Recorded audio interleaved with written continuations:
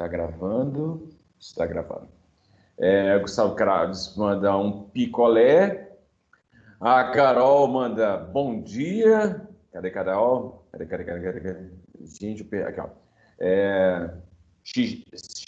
Gijevski. A Marina também manda um bom dia. A Isabela Mondijo manda também um bom dia. O João Pedro Alves de Souza e Silva, Pereira Almeida, salve, Edlenda. Eu não sou a lenda, eu sou a lenda. Tem um filme que chama Eu Sou a Lenda, baseado no Isabela. É muito bom, dizem, o livro. O filme eu gostei mais um pouquinho, mas eu gosto do Will Smith. O Pedro Paulo tem 797 anos que eu não falo com você, Pedro Paulo. Você está sumido, viu? Vou buscar você no laço. A Luísa também, olha, a Luísa, eu nem lembro a última vez que conversei com você. Luiz Felipe Alves Lima, a gente já falou. Não, Luiz Felipe estava lá na outra sala, né? A Fernanda Guglielmelli, nossa, meu italiano é maravilhoso. Gabriel Ribeiro, Ana Laura, está dizendo o seguinte: Edmar, posso falar com você depois da aula? R$10, tá? Para falar aula depois assim. O Matheus virou a cadeira, bom dia. Bernardo manda um Edmito, não admito nada, não admito não, tá? Ana Clara, já falei. Eduarda, bom dia. Ana Luísa, Brenda, bom dia, bom dia. Bom dia, Isabela Góes. A Isabela Góes, tinha um tempo que eu não falava com a Isabela. Gabriela, a gente fala-se quase todos os dias, né, Gabriela? Laura, Luísa Nogueira, Clara Diniz, também não estou lembrada, Clara, você me corrija aqui se a gente já estiver falado aqui nesses dias. A Luísa Camargo, Maria de Fátima, falamos quase todos os dias também, Letícia Siqueira, já falamos também, Maria Eduarda, Maria Olivia, Agostinho, Liz, Maria Eduarda, Matheus, Otávio, Ana Batista, Nicole, Gustavo, meu Deus do céu. Agora tem que terminar, né? Nicole, Júlia Silva Pádula, que fez uma apresentação maravilhosa essa semana, a Carol Brant e o Bernardo Guimarães. Se tiver gente que... a Laura Dias também mandou aqui, Nastrini, que nome chique. Se eu tivesse um nome, o sobrenome Nastrini, eu ia ser um nojo. Eu ia passar assim pelas ruas e exigir que as pessoas se curvassem diante de mim. Por favor, senhor, curve-se diante de mim, meu sobrenome é Nastrini, tá? Pessoa com Nastrini não precisa nem trabalhar, já tem dinheiro para 10 gerações. Muito bem. A Maria Eduarda também, mesma coisa, Boeri. Olha só, gente, vamos recapitular um pouquinho, tá? Sobre o que a gente estava falando na última aula. Nós estávamos falando sobre a chegada da corte portuguesa no Brasil. E aí eu vou falar num ponto, aí vocês falam assim, nossa, o Edmar é muito repetitivo. Não tem problema, porque a gente vai ficando mais velho, a gente vai ficando repetitivo mesmo, para ver se vocês aprendem, tá? E aí fica chato, repetitivo, para ver se vocês aprendem com as coisas, tá? Muito bem. Eu estava dizendo, desde que a gente chegou nesse... É muito estranho eu ficar dando aula para as iniciais. Eu estou dando aula para iniciais aqui, MC, CR, enfim. Desde que a gente estava nessa situação, eu dando aula para iniciais, de letras, né, de nomes, a gente estava falando sobre o impacto do iluminismo, do movimento iluminista. Então, a gente viajou, a gente vê como é que foi o impacto nos Estados Unidos. Aí a gente fez aquela grande viagem. Final do século XVIII, todo o século XIX e início do século XX. Muito bem. Aí, agora a gente vai para o Brasil. E aí a gente falou dos movimentos, nós falamos especificamente de 4 movimentos. Inconfidência Mineira, Conjuração Baiana, a Sociedade Literária Fluminense e a Revolução de Pernambuco. Nós detalhamos? Não, porque isso não é importante a gente detalhar. O que é importante a gente saber? Que o movimento iluminista influenciou esses movimentos revolucionários aqui no Brasil. Muito bem. Agora, a gente está tentando compreender como que o iluminismo que impactou a Revolução Francesa. Espera aí, Edmar, a gente não estudou a Revolução Francesa ainda, eu sei. Porque eu estou deixando para a gente estudar a Revolução Francesa, que tem muito detalhe, muito nome, muita pessoa, muito, enfim, para o presencial. Se Deus quiser, a gente vai voltar para o presencial. Não me pergunte quando, tá? Eu não sei de nada. Mas eu estou deixando a Revolução Francesa para o presencial, que ela é mais difícil. Ela é mais legal, mas é mais difícil, tá? E aí, a gente está vendo, na verdade, a Revolução Francesa, a Inconfidência, o Iluminismo impactou a Revolução Francesa. A Revolução Francesa é a concretização, tal como a independência dos Estados Unidos, é a concretização dos ideais iluministas. E aí a Revolução Francesa teve ali um período de 10 anos, em que as coisas mudaram bastante na França e também na Europa. E aí veio o senhor Napoleão, que era francês, mas ele estava com um desejo de levar os ideais também iluministas para o mundo inteiro, invadindo os países. É como se fosse o seguinte, Napoleão falou assim, gente, eu vou invadir vocês, mas não é por mal, não, eu só quero dar para vocês a liberdade que nós conseguimos aqui na França, a gente quer levar para vocês também, tá? E aí, como a Inglaterra recusou, a Inglaterra, não, muito obrigado, eu estou muito bem aqui com a minha liberdade, não quero a sua liberdade, Napoleão. Napoleão e Inglaterra tretaram bastante, só que Napoleão não conseguia vencer a Inglaterra. Eu falei, Itália? Se eu falei Itália, me desculpa, é Inglaterra. Mas aí Napoleão não conseguia vencer a Inglaterra. E aí o que Napoleão fez? Bloqueio continental.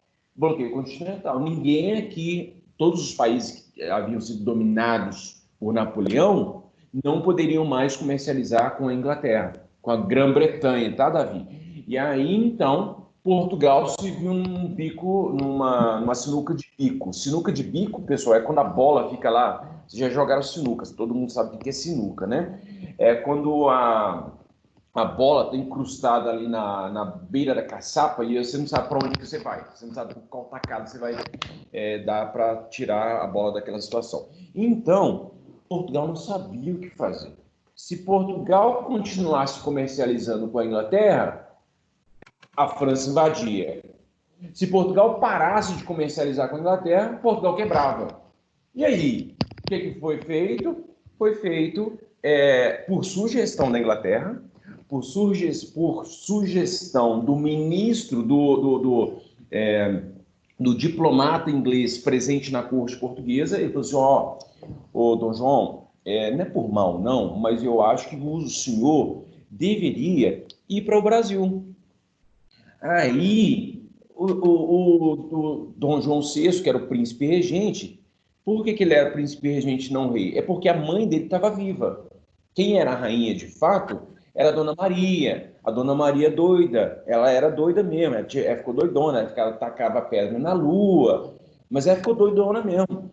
Ela ficou malucona. E Dona Maria não tinha mais condições de exercer o poder. Então, quem estava regendo Portugal era Dom João VI, que era filho de Dona Maria. Mas ele não era o filho mais velho. O filho mais velho de Dona Maria tinha morrido. E é por causa da morte do filho mais velho que Dona Maria ficou doidona. Dom João VI, que governava Portugal, recebeu ali, né, tinha ali várias pessoas, dentre eles o diplomata inglês, que falou para ele assim, o Dom João VI, se eu fosse você, levava a corte portuguesa toda para o Brasil. Porque já que é bloqueio continental aqui na Europa, o Brasil está protegido.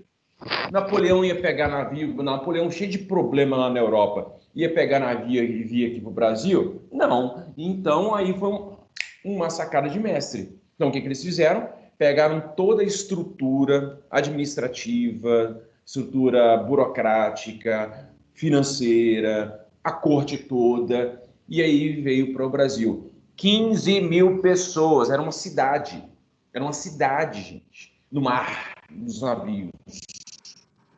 15 mil pessoas, fiel, saíram em novembro de 1807, lá de Portugal, e chegaram aqui no Brasil em 1808. Primeiro chegaram em Salvador, em janeiro de 1808, e em março chegaram aqui no Rio de Janeiro. Quando Dom João VI chega em Salvador, ele saiu caindo do navio sim e tal, dá um tupicão e cai, e ele já cai com a caneta na mão e assinando a abertura dos portos. Ele saiu capotando assim no meio da praia, aí o pessoal já estava com a mesinha assim esperando, aí ele, puf, assinou a abertura dos portos. Aí o Matheus me perguntou assim, Edmar, o que foi a abertura dos portos? Muito obrigado, Matheus, pela sua pergunta. Muito obrigado mesmo. Pergunta excelente, viu? Você é um menino muito estudioso, maravilhoso, sensacional. O Matheus, que me perguntou o que aconteceu por que ele fez a abertura dos portos, porque ele queria beneficiar, ele queria permitir que o Brasil tivesse comércio com todo mundo. Porque toda a estrutura financeira, toda não, mas grande parte da estrutura financeira de Portugal foi traslada para o Brasil. E aí, ao fazer isso, permitiria que os brasileiros, portugueses, residentes aqui no Brasil, pudessem comercializar com qualquer país.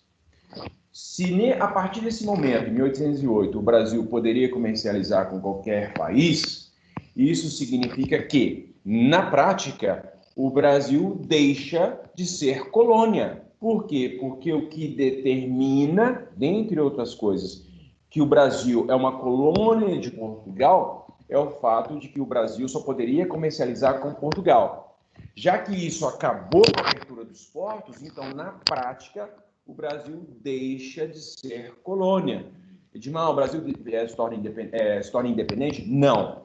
O Brasil ainda continua dependente politicamente de Portugal, mas economicamente o Brasil poderia comercializar com qualquer pessoa, com qualquer nação, inclusive com Marte, com Plutão, né, não é planeta mais, mas poderia comercializar com qualquer planeta, inclusive, com qualquer galáxia, com qualquer universo, sei lá, não sei dessas coisas.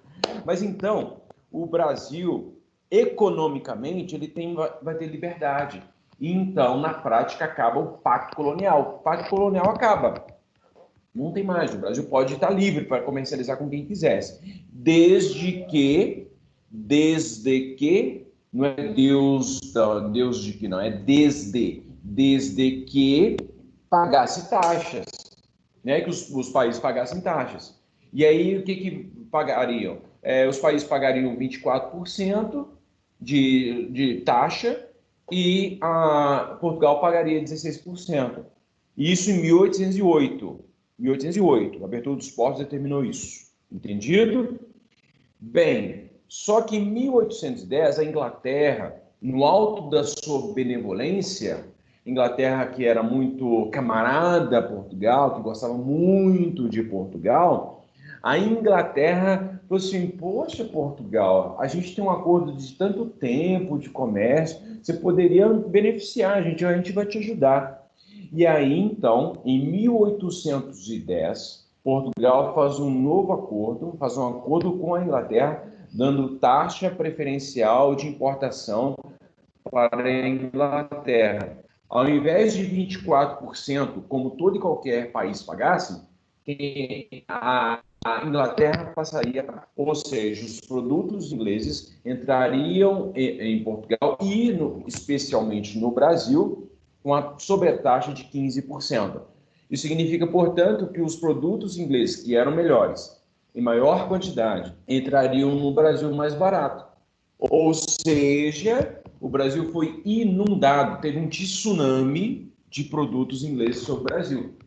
E aí o Brasil foi inundado, então, com esses produtos britânicos, né? E porque aí a Clara Maciel me perguntou assim aqui no chat privado, Edmar, mas então, por que a Inglaterra tinha tanto produto? E aí eu falo com a Clara, muito boa pergunta, excelente pergunta, Clara. Por quê? Por que a Inglaterra tinha tanto produto? Porque a Inglaterra já tinha passado pelo processo de Revolução Industrial.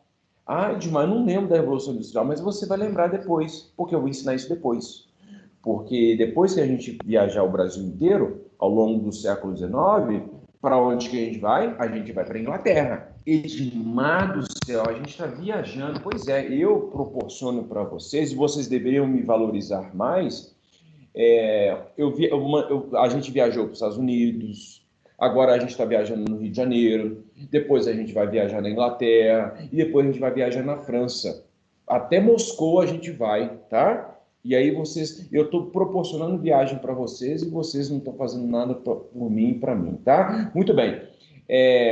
A Inglaterra já havia passado por um processo de revolução industrial. A Inglaterra era a oficina do mundo. A Inglaterra era a fábrica do mundo. Fabricava produtos para todos os cantos. Foi o país pioneiro, né? Então a Inglaterra tinha produtos para vender. Os outros países nem tanto. A França estava começando a se industrializar, mas ainda estava atendendo o mercado local. Muito bem. Então a Inglaterra começou a mandar muitos produtos para o Brasil a partir de 1808, mas especialmente a partir de 1810. Tá? Muitos produtos chegaram aqui. Então, tudo isso que eu acabei de falar agora, eu já havia explicado antes. Então, eu dei uma recapitulada com vocês, para vocês não perderem o fio da meada. Vamos ver o que aconteceu a partir de agora com a Inglaterra, quer dizer, Inglaterra não, com Portugal aqui. O que aconteceu? Deixa eu estar compartilhando a tela. Esse negocinho aqui, pessoal, é o Prezi. Algumas pessoas me perguntaram o que é esse formato de apresentação aqui. Eu usava muito o Prezi, eu não sei por que eu não uso mais. Não sei. O Prezi, ele é legal, tá? Porque ele dá um efeito de zoom, assim, olha, o zoom. Parece que a gente entende até de tecnologia, né? Muito bem. Algumas pessoas falaram que conseguiram acessar. Eu estou tentando modificar a letra agora, colocar pretinho, para vocês compreenderem melhor, tá? E aí, qualquer coisa, eu posso também dar um tutorial para vocês. Aqui, ó, a Manuela perguntou. A Manuela também tem um sobrenome legal, hein? Palhares. Palhares é nome de delegado. Tem um monte de delegado que chama Palhares.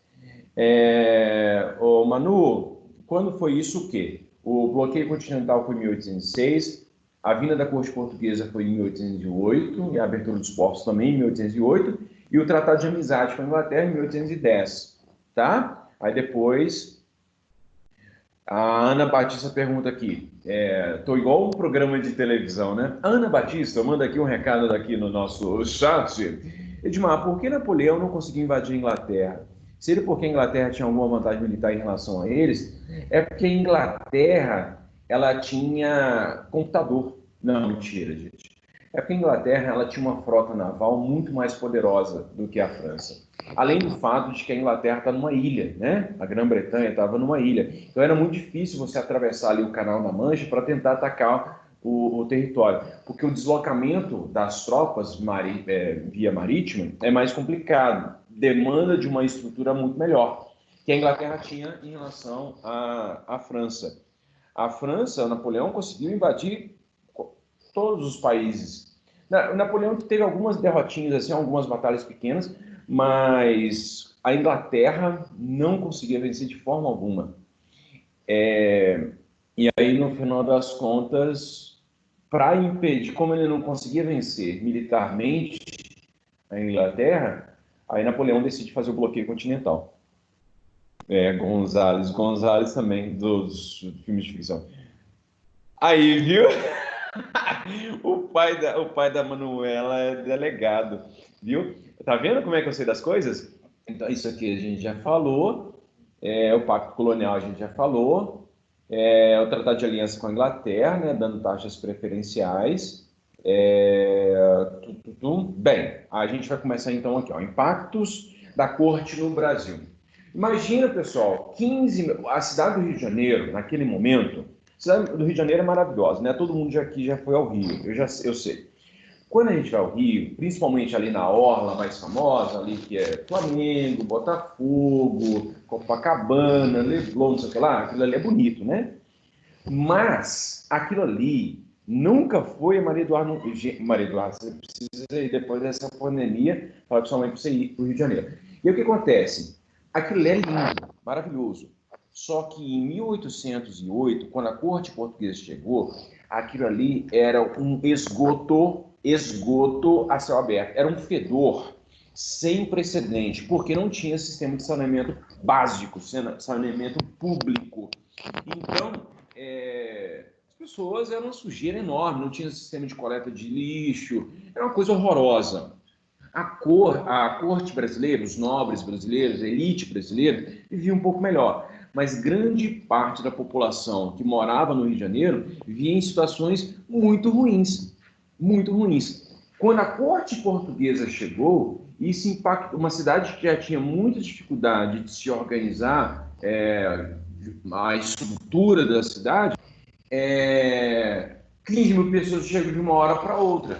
Então o impacto vai ser eminentemente negativo a princípio. A galera vai ficar empolvorosa. Muita gente fica entusiasmada. Nossa, a corte portuguesa chegou e tal. Mas o impacto vai ser muito mais negativo, principalmente em detrimento da população brasileira, que já tinha muitas dificuldades.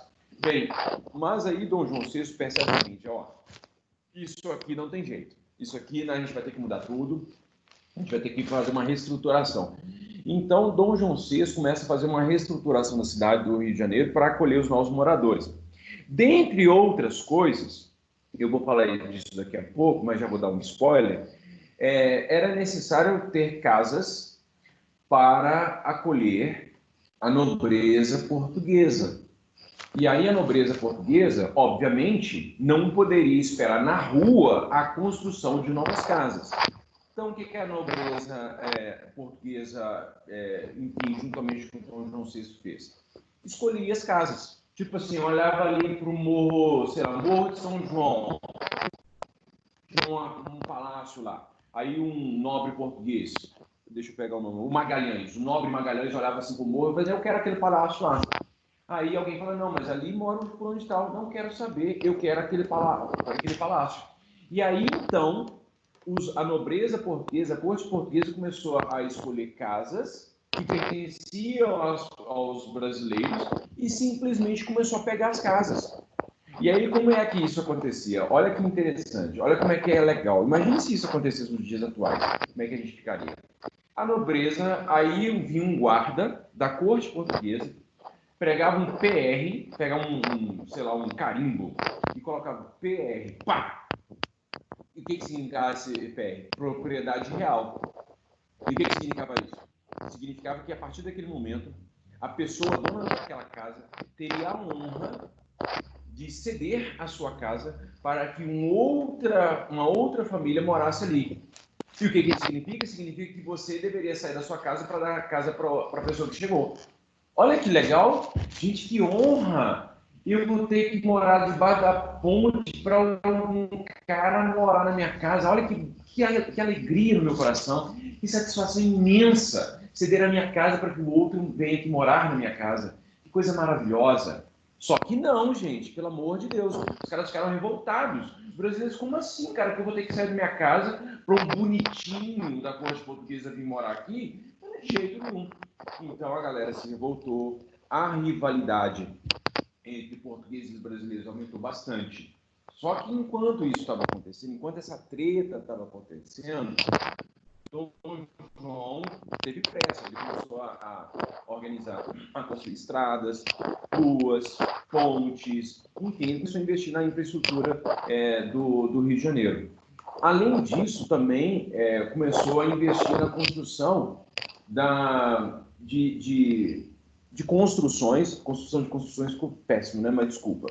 Mas na construção de centros culturais, de teatro, de shopping não, mas teatro e locais onde a corte portuguesa poderia frequentar, porque isso no Brasil não tinha muito. O pessoal ia, sei lá, a vida cultural no Rio de Janeiro, antes da corte portuguesa, era muito pobre, não tinha quase nada. Ou queria festejar e ia ver Flamengo jogar, quer dizer, Flamengo não, mas que ia ver, sei lá, não tinha nada, não tinha quase nada.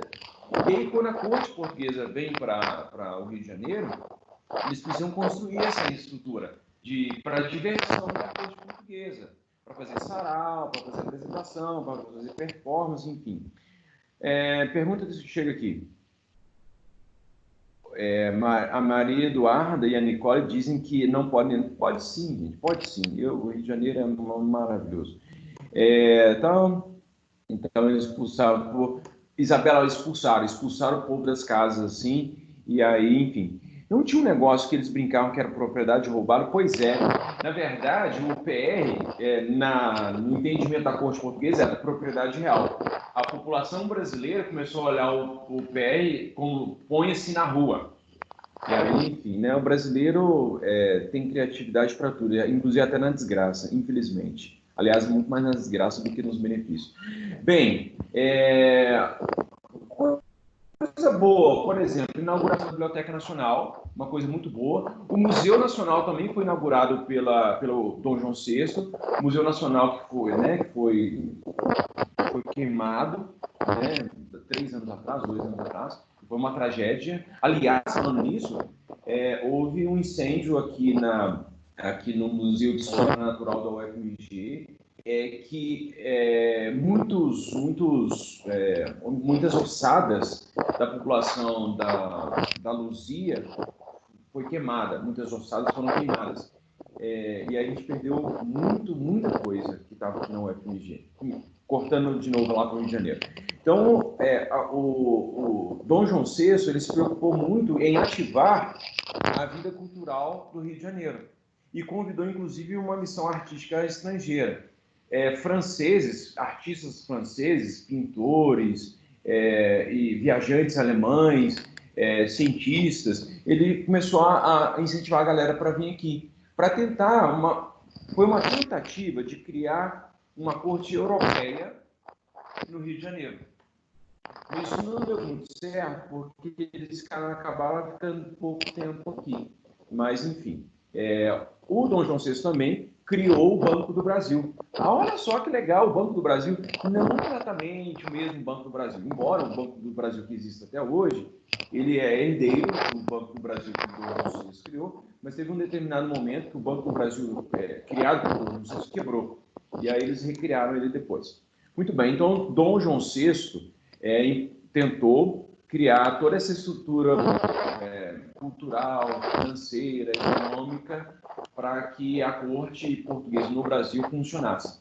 Bem, a criação do banco tinha o propósito de fazer com que o seguinte, as pessoas não tinham banco. Então, onde que a galera colocava o dinheiro?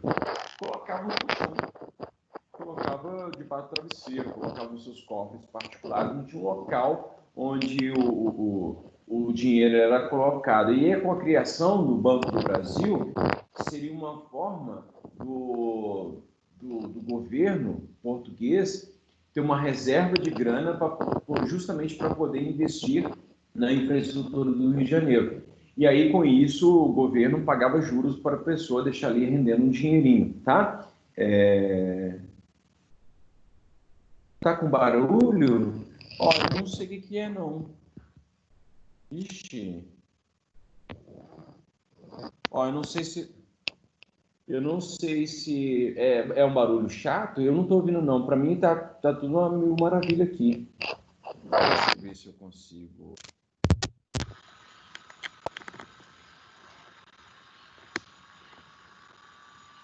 Eu só estou ouvindo um chiadinho. É um chiadinho que vocês estão ouvindo?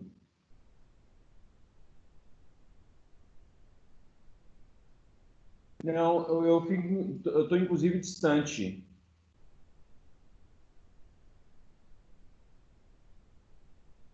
Não, meu microfone é embutido no computador, viu?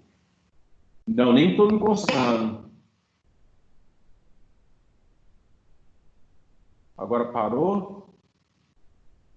Não, eu estou bem longe, inclusive, do microfone. O microfone, ele parou, agora parou. Ah, então tá bom. Beleza, então parou. Parou. Nu, outra de parou aqui. Parou.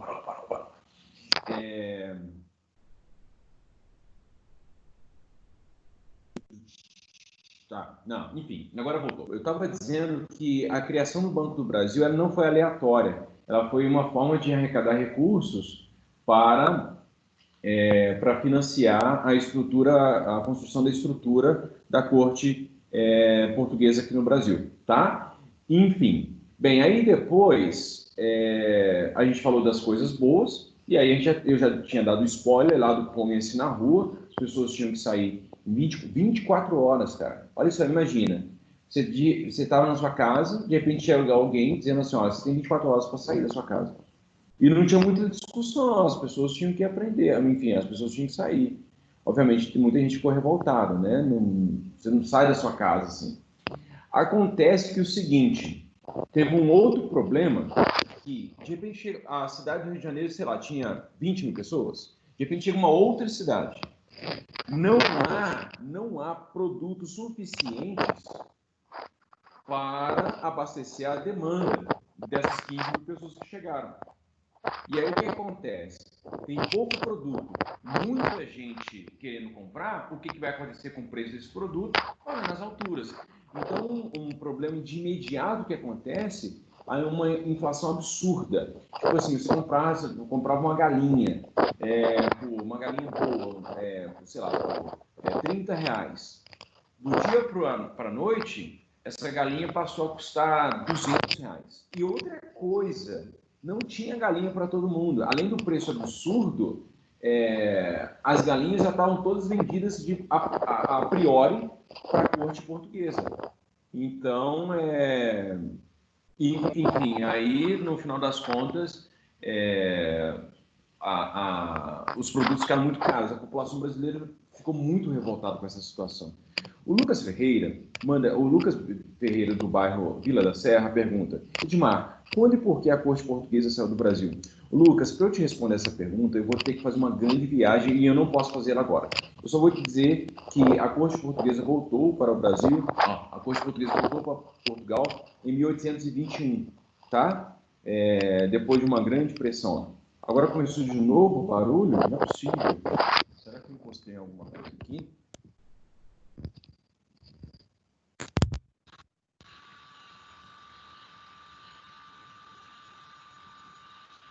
E agora? E agora? No início da aula já estava com esse barulho? Ou não? Ou ela começou depois de um determinado momento? Porque eu estou inclusive distante. Já estava desde o início? Parece um carro, assim. Piorou? Peraí. Não, estou na cozinha. Vocês estão me vendo? Vocês estão me vendo? Eu estou aqui na minha sala. Agora estão chiaram. Gente do céu, não é possível. Isso nunca tinha acontecido. Eu sempre tive problema de conexão, mas nunca tive problema com o microfone. Parou. Agora parou. Parou. Eu vou ficar igual robô. Eu não vou me movimentar muito para não ter problema. Ah, talvez. Deixa eu tirar aqui o que está carregando o celular também. Aí deixa eu tirar o celular. Tá de boa? Ah, quando eu me movo. Então eu vou ficar assim.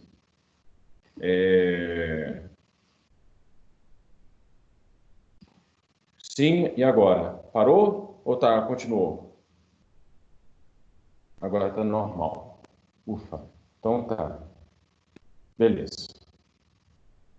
Parou. Deixa eu ver se eu respondi a pergunta que chegou aqui, ó. Aspirador de pó. Eu vou dar faxina só mais tarde, viu? Quem falou aqui, ó? O Pedro. Ô, Pedro, eu vou dar faxina só mais tarde. E eu não uso aspirador de pó, é na vassoura mesmo que eu tenho que tirar o pó. Senão, quando a minha esposa chegar, eu apanho. Se eu não fizer uma faxina bem feita. Eu tenho que fazer as postagens, né? Aliás, aproveitando aqui, moçada, é o seguinte: essa semana e semana que vem, a atividade é basicamente apresentação de trabalho, tá? Então, não vou fazer nenhuma postagem. Eu vou deixar na sexta-feira da semana que vem questões de múltipla escolha relacionadas a esse conteúdo que eu estou ensinando para vocês, tá?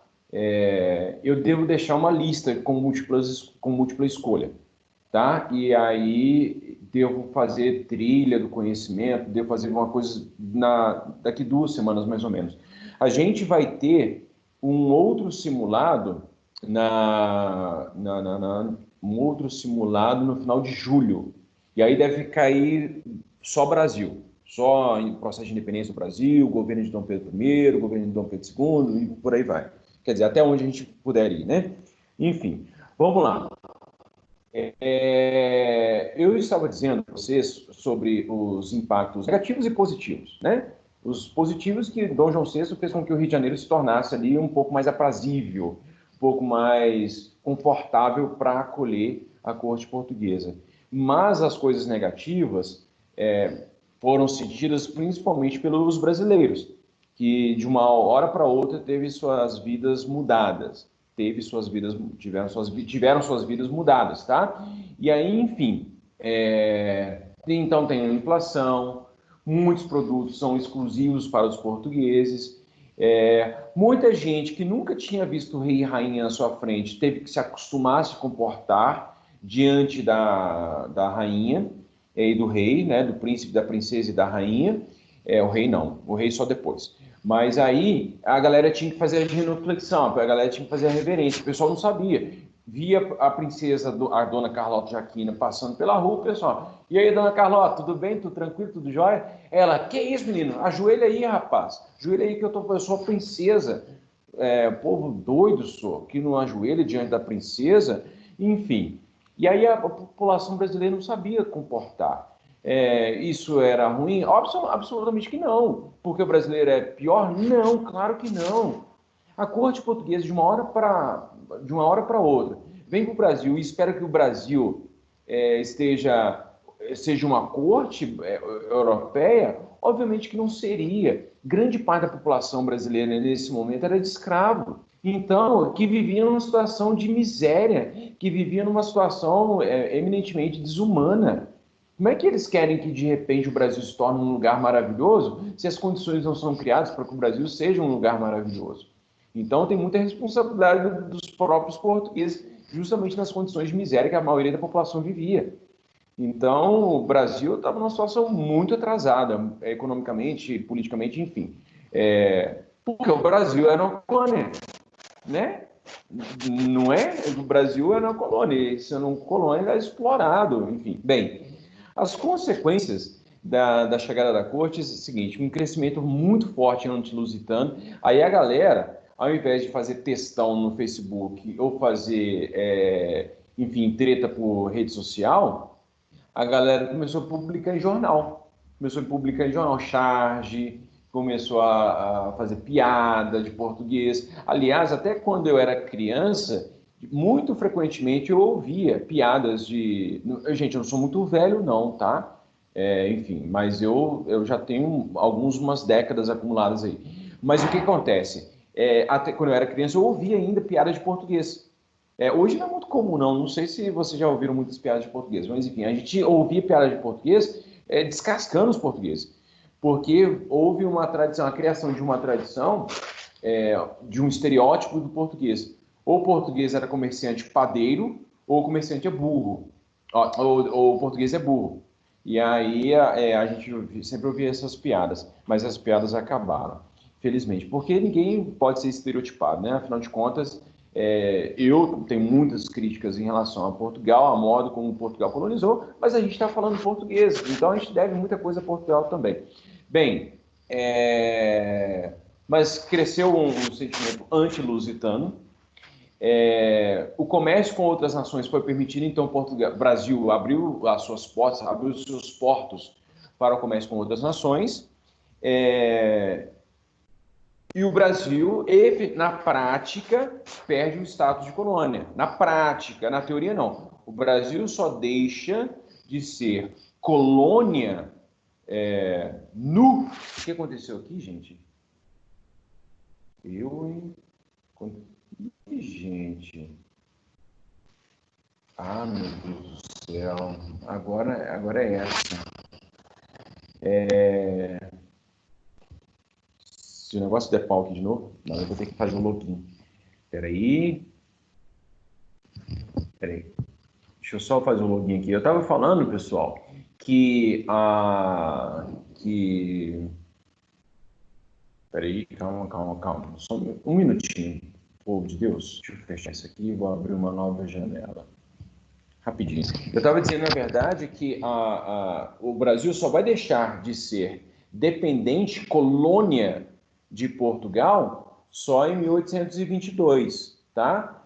Embora o reconhecimento da independência do Brasil venha muito tempo depois. Vocês sabem que tem uma coisa muito importante, que é a questão de uma coisa, o Brasil fala assim, ó, estamos independentes a partir de agora. Outra coisa é a metrópole reconhecer. Beleza, Brasil, você está independente aí, já é, tal, satisfação aí, foi um prazer enorme te explorar por 300 anos, e agora segue sua vida aí, tá? Então, assim, portanto, há uma diferença. Mas nós, no Brasil, convencionamos dizer que nós conquistamos a nossa independência no dia 7 de setembro de 1822. Qual será a nossa grande decepção? Em descobrir que, na verdade, 7 de setembro é importante por outra coisa. Mas no processo de independência lá, o 7 de setembro não teve nada de importante. O 7 de setembro ele só vai se tornar uma data muito importante, reconhecida mundialmente, depois que o professor de História do 8º ano do Santo Agostinho, em 1979, nasceu. Tá? Então, só depois de 1979 que o 7 de setembro vai ficar importante. Antes, o povo não dava muita bola para esse 7 de setembro, não. O 7 de setembro era outra coisa. Enfim, mas é esse assunto para outro momento. O que eu estou dizendo é que, então, os... Cadê onde que eu estava? Não, aqui. Então, o Brasil vai se tornar independente em 1820, a gente considera em 1822, mas Portugal só vai reconhecer em 1825. Tá? Bem, por enquanto, eu fiz esse negócio aqui, e para chegar nas cenas dos próximos capítulos. É o seguinte, tem essas questões aqui, e elas estão disponíveis lá no Prezi, que eu coloquei para vocês acessarem. Inclusive, vou colocar de novo na postagem hoje, quando eu colocar o vídeo dessa aula. Eu vou colocar também o link do Prezi, e vocês entrem lá. Eu não vou cobrar essa atividade aqui, tá? Essa aqui é só uma atividade para vocês recapitularem o conteúdo. Eu vou dar outra atividade depois, eu vou dar a atividade na próxima sexta-feira, que é uma postagem com questões de múltipla escolha relacionada com o conteúdo que eu acabei de falar. Porque a partir da próxima aula, a gente vai entrar em alguns assuntos mais específicos, alguns eventos que aconteceram em 1815, 1820, por aí vai, tá? Para vocês entenderem, afinal de contas, como que a chegada... É esse aqui, Gabriel, que você queria ver? Como que, no final das contas, a chegada da corte portuguesa aqui no Brasil levou à independência do Brasil, tá? Bem, é esse aqui, Gabriel, sim, beleza. A Eduardo diz o seguinte, Eduardo do bairro Buritis diz, eu já tinha visto essa atividade, já fiz ela. Ô, Eduardo, assim você machuca o coração de alegria. Você vai mostrar o gabarito dessa atividade depois sim, tá? Eu vou dar um tempinho aí para a galera fazer, quem quiser fazer. Aí na sexta-feira que vem eu publico o gabarito dessa atividade, que é bem conteúdinho mesmo. É bem conteúdinho e tal, enfim. E aí depois, na sexta-feira que vem, a gente faz uma atividade com as habilidades, enfim, uma coisa mais sofisticada. Tá bom? Pessoal, Gabriel, posso tirar? Posso tirar aqui? Olha aí o Lucas. O Lucas também já tinha feito essa atividade. Beleza. Então, deixa eu tirar isso aqui. Deixa eu voltar aqui para a sala. Muito bem, moçada. Vocês estão me ouvindo normalmente, não estão? Vai acabar em 2 minutos, moçada. É o seguinte, nas próximas aulas, na próxima semana, então, a gente vai terminar de fazer as apresentações.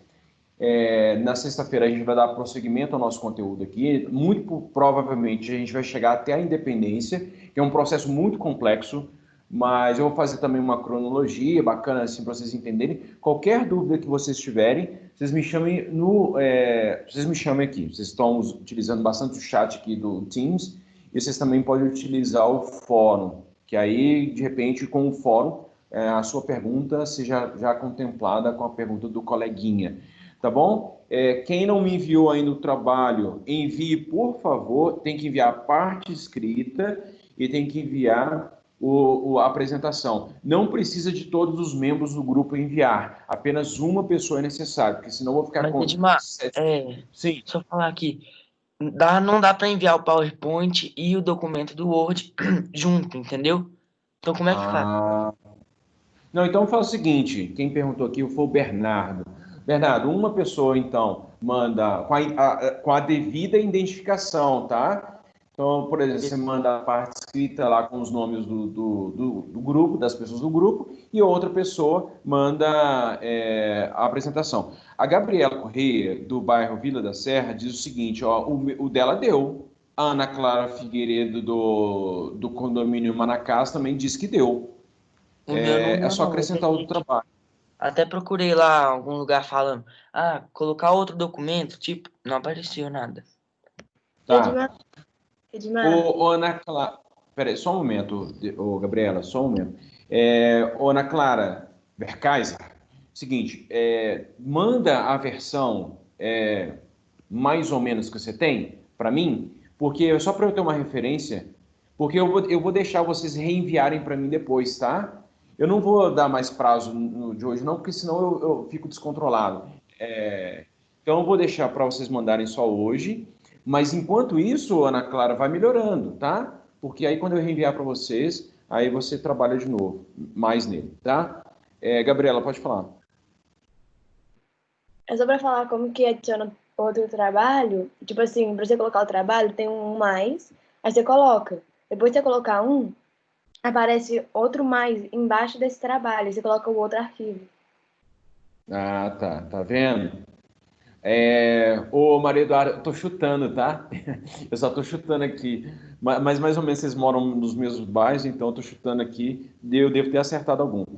A Fernanda Guglielmelli pergunta: Edmar, meu grupo ainda não apresentou. A gente tem que enviar a apresentação? Tem.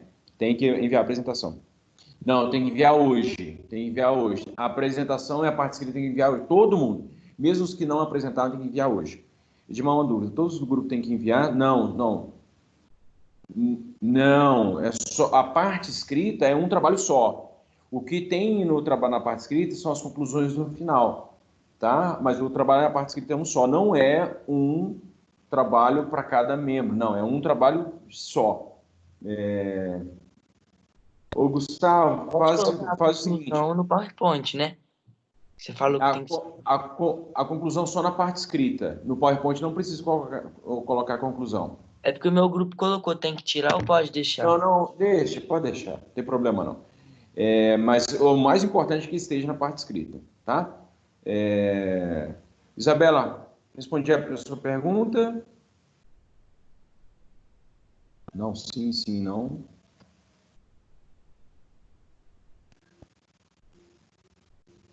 Ô, Gustavo, mas eu acho que eu mandei recado para você. Eu falei assim, ô, Gustavo, tenta, porque senão eu não consigo ter controle, tá? Porque se vocês mandarem no privado para mim, eu fico, aí eu sou burro, eu não consigo fazer duas coisas ao mesmo tempo. Manda para mim, por favor, lá na tarefa, porque senão eu perco meu controle aqui. Eu tenho uma planilha ali que eu fico ticando quem mandou para mim, e aí se eu for procurar no privado, eu recebi quase 100 mensagens no privado essa semana, então se eu sair procurando ali, eu vou ficar perdido. Tá, Gustavo? Faz esse favor para mim, por favor, obrigado. Não, não, ô Isabela, você tem que colocar tudo junto, tá?